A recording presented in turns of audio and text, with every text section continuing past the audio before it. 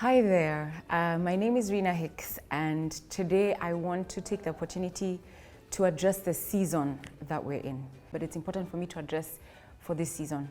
And right now, in the world, and even in the country that I am in, we're facing financially difficult situation. People are talking about recessions, interest rates are high, life is expensive, inflation is high. I think as at now, over the last, say, 2 years, there's about 1.5 million Kenyans who've been reported to have lost jobs. And generally, out of the entire public, about 60% of them have stated to have had reduced income, whether they are employed or in business. And so I want to address that, because sometimes when you're in a crisis, you can feel overwhelmed. And the problem with feeling overwhelmed, you tend to be extremely negative in the way that you view things, and you can get stuck. Now, despite the reality that we face, I want to share something that a gentleman called Napoleon Hill said. And he said that every adversity, every failure, every calamity carries with it an equal or greater opportunity. And so how does that even apply in this situation? What's the opportunity? Where's the light at the end of this tunnel? I think the important thing here, first of all, is to accept that it's not business as usual. It's not business as usual, and so I need to really think through, where am I at right now, and what do I need to do in order to sail through this season successfully? And so I want to share 3 things that we need to do. The first thing I want to share is we need to cut our expenses. I know it's not easy, but I think things may get worse before they get better. And so because that's the situation we find ourselves in, we need to find ways to conserve and put aside more savings.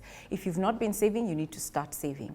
If you've not been investing, you need to start investing. But in order for you to have even the money to save, you need to cut some expenses. And so here are some ideas for you as you think through, what am I cutting out? Where do you shop?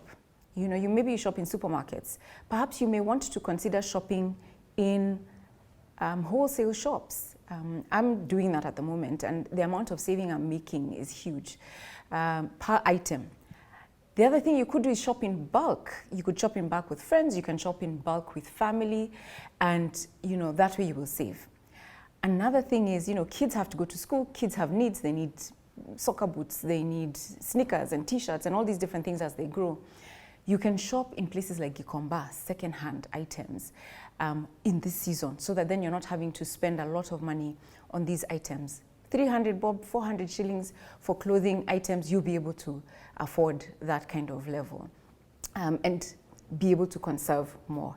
Something else is carpool. If you have kids, you live in the same area, they go to the similar school or in the same area where school is concerned, you can decide, let's carpool, or use a matatu instead of using your car, save on fuel, and things like that. So those are a few ideas of some of the things that we can do.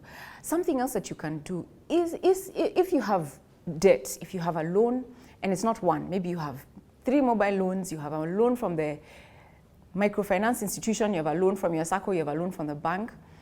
What I would suggest and recommend for you to do is go and sit with a financial institution such as your SACCO that will not charge you a lot in terms of interest.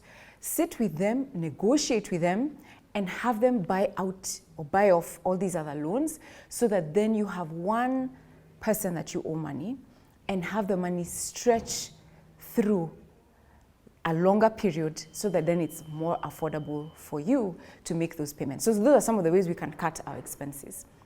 The second thing I want you to do is think through, how can you, with the expenses that you can do nothing about, be able to make those expenses not as high? So can you negotiate discounts? Can you negotiate new terms? Can you negotiate payment terms that are favorable to you? And so, for example, school fees or rent or some of the other expenses that you have, how can you optimize those expenses in such a way that is affordable for you in this season? Ask for breaks, ask for longer payment terms and things like that, so that you're also able to save as you go. Lastly, and this one is my most important one, is you need to find ways to earn more.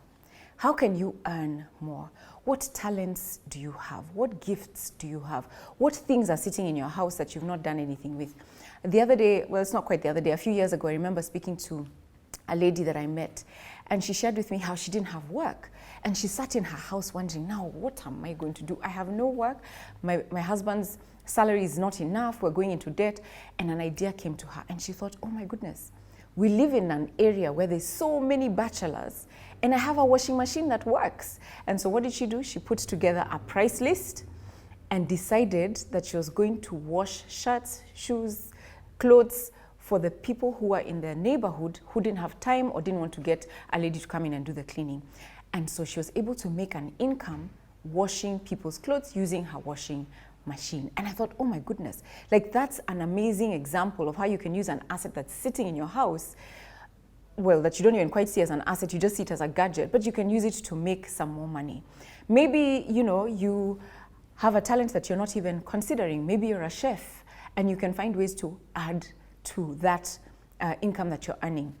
You can teach, you can develop online classes, even on Facebook or on Zoom, and get people to subscribe to your programs, and in that way you make money. The point is, how can you earn more?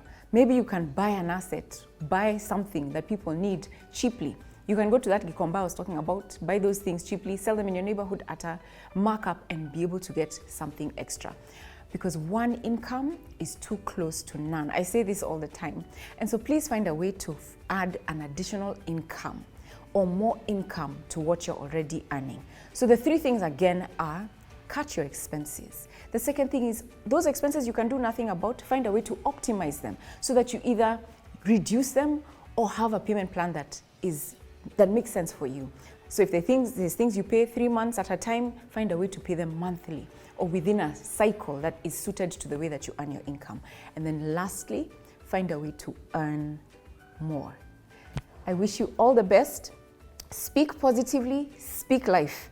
We will get through this and it will be well. Take care.